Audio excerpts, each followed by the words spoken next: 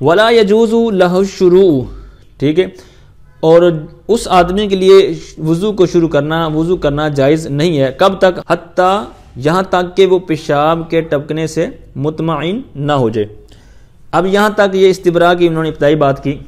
اچھا آگے استنجا کی بات کر رہے ہیں، استنجا سنت، واجب اور فرض یہ کب کب ہوگا، تو یہ صورتیں بیان کر رہے ہیں۔ کہتے ہیں والاستنجاء سنۃ من نجس یخرج من السبیلین ما لم یتجاوز المخرج، استنجا سنت ہے اس نجاست سے، ایسی نجاست سے جو سبیلین سے نکلے۔ اب سبیلین کیا ہوتا ہے؟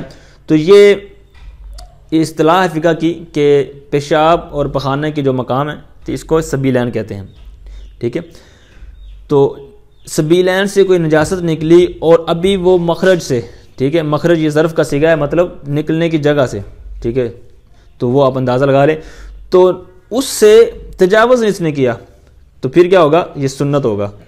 اور اس سے اگلی صورت کیا کہتے ہیں؟ وہ ان تجاوز، اگر تجاوز کر گئی ہے تو پھر کیا ہوگا؟ کہتے ہیں وکانا قدر درہمی، اور پھر دو صورتیں ہیں، درہم کے برابر ہوگا یا زیادہ ہوگا۔ تو پہلی صورت یہاں پر بیان کر رہے ہیں، اگر تجاوز کر گیا ہے وکانا، اور کانا کے اندر جو ضمیر ہے ہوا اسم جو اس کا، تو وہ پیچھے کی طرف لوٹے گی، یعنی وہ نکلنے والی نجاست کتنی ہے؟ قدر درہمی، ٹھیک ہے، قدر درہمی یہ اس کی خبر بن جائے گی، درہم کے برابر ہو تو پھر کیا ہوگا؟ کہتے ہیں واجب ازالتہ، تو پھر اس نجاست کو زائل کرنا، ہٹانا یا وہاں پر پاکی حاصل کرنا یہ واجب ہو جائے گا۔ وَإِن زَادَ عَلَى الدِّرْهَمِ، اگر درہم سے بھی بڑھ گئی ہے، پچھلی درہم والی صورت تھی، اگر درہم سے بڑھ گئی ہے نجاست وغیرہ تو پھر کیا ہوگا؟ کہتے ہیں افتارض غسلہ، تو اس کو دھونا یہ فرض ہو جائے گا۔ اب یہ غسلہ حاشیے میں لکھا ہے لیکن یہاں پر متن میں عبارت کے اندر نہیں ہے، آپ کے پاس اگر کوئی اور کتاب ہے تو ہو سکتا ہے آپ کی عبارت کے اندر ہی ہو، ٹھیک ہے، اگر نہیں ہے تو آپ لکھ لیں۔ تو درہم سے زیادہ ہو تو اس کو دھونا فرض ہوگا۔ وَيَفْتَرِضُ غَسْلُ مَا فِي الْمَخْرَجِ عِنْدَ الْاِغْتِسَالِ مِنَ الْجَنَابَةِ وَالْحَيْضِ وَالنِّفَاسِ، اب یہاں سے کہہ رہے ہیں کہ فرض ہے دھونا، ٹھیک ہے، غسل دھونا فرض ہے۔ اب غسل آگے مضاف ہوگا، کہتے ہیں حیض، نفاس اور جنابت، ان کے اگر کسی کے اوپر مطلب غسل فرض ہے، عورتوں کا دو مسائل اور بندہ جنابت وغیرہ، تو ان صورتوں کے اندر کیا کہتے ہیں؟ مخرج کے اندر جو چیز بھی ہے، ٹھیک ہے، اس کو دھونا فرض ہے۔ وَإِن كَانَ مَا فِي الْمَخْرَجِ قَلِيلًا، اگرچہ جو کچھ مخرج میں ہے وہ تھوڑا ہے، ٹھیک ہے، یہ ان وصلیہ ہے تو یہاں پر اگرچہ کا معنی کریں گے۔ اب یہ اگرچہ اس طرح کا آپ نے معنی سنا گا اگرچہ، تو اس کا ترجمہ کب کرتے ہیں، کیا شرائط ہیں، کیا ضوابط ہیں، تو اس پر ہم انشاءاللہ باقاعدہ ایک ویڈیو بنائیں گے ان قریب، اس کے اندر ڈیٹیل ہوگی کہ اگرچہ اور اس طرح کا جو معنی کرتے ہیں وصلیہ کا، جو ہم واو وصلیہ ہوتی ہے ساتھ میں، اگرچہ یا وغیرہ وغیرہ، تو ان کو کب ترجمہ کیا جاتا ہے۔ اچھا آگے یہ کہتے ہیں وَأَن يَسْتَنْجِيَ بِحَجَرٍ مُنَقٍ وَنَحْوِهِ، تو اب اتنی صورت میں کہتے ہیں آگے کیا کہتے ہیں؟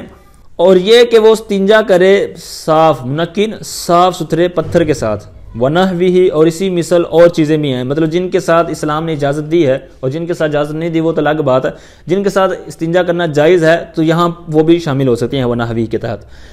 آگے کہتے ہیں وَالْغَسْلُ بِالْمَاءِ حَبُّ وَالْأَفْضَلُ الْجَمْعُ بَيْنَ الْمَاءِ وَالْحَجَرِ فَيَمْسَحُ ثُمَّ يَغْسِلُ وَيَجُوزُ أَن يَقْتَصِرَ عَلَى الْمَاءِ أَوِ الْحَجَرِ وَالسُّنَّةُ إِنْقَاءُ الْمَحَلِّ، اب یہاں سے کہتے ہیں کہ دھونا، ٹھیک ہے، یہاں پر غسل پڑھیں گے، غسل نہیں پڑھیں گے، غسل تو اصطلاح تعریف ہے، مطلب جو غسل کرنا باقاعدہ پورا نہانا، لیکن یہاں پر دھونا مراد ہے۔ کہتے ہیں اس جگہ کو پانی کے ساتھ دھونا یہ بھی پسندیدہ ہے، زیادہ بہتر ہے، اور افضل کیا ہے، ٹھیک ہے، دونوں صورتیں، پتھر کے ساتھ مطلب استنجا کرنا اور دھونا، کہتے ہیں دونوں کو جمع کرنا یہ افضل ہے، ٹھیک ہے۔ اگر کسی نے دونوں چیزیں استعمال کرنی ہے تو پھر ترتیب کیا ہوگی؟ کہتے ہیں فَيَمْسَحُ، یعنی پہلے وہ پتھر وغیرہ استعمال کرے، اس کے ساتھ رگڑے، ثُمَّ يَغْسِلُ پھر وہ پانی وغیرہ کے ذریعے استعمال کرے، دھوئے، کہتے ہیں اور یہ بھی جائز ہے کہ صرف پانی پر یا صرف پتھر پر اقتصار کرے، اکتفا کرے، یہ بھی اس کے لیے درست ہوگا۔ اور کہتے ہیں سنت تو یہ ہے کہ محل کو صاف کیا جائے، یعنی جس جگہ نجاست لگی ہے اس چیز کو، اس جگہ کو دھونا اصل چیز تو یہ ہے جو سنت ہے۔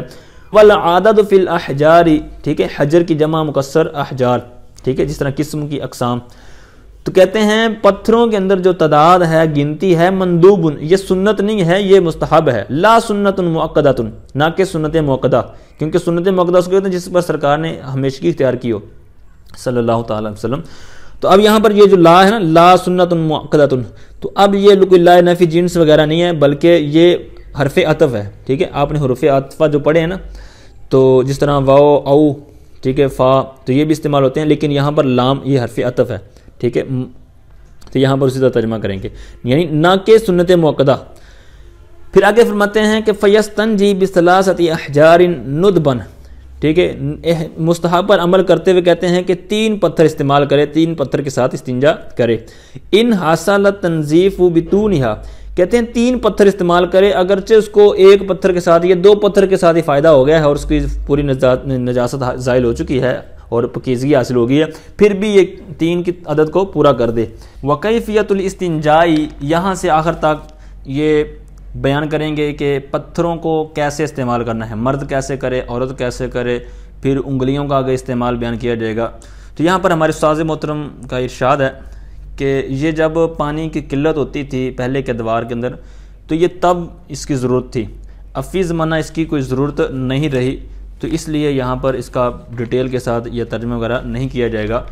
بہرحال یہاں تک جو ابتدائی چیزیں تھیں یہ اب بھی ضرورت پڑتی رہتی ہے، تو اس لیے یہ میں نے عرض کی، آگے اتنی فی الحال ضرورت نہیں ہے اور نہ اس طرح کے مسائل درپیش آتے ہیں۔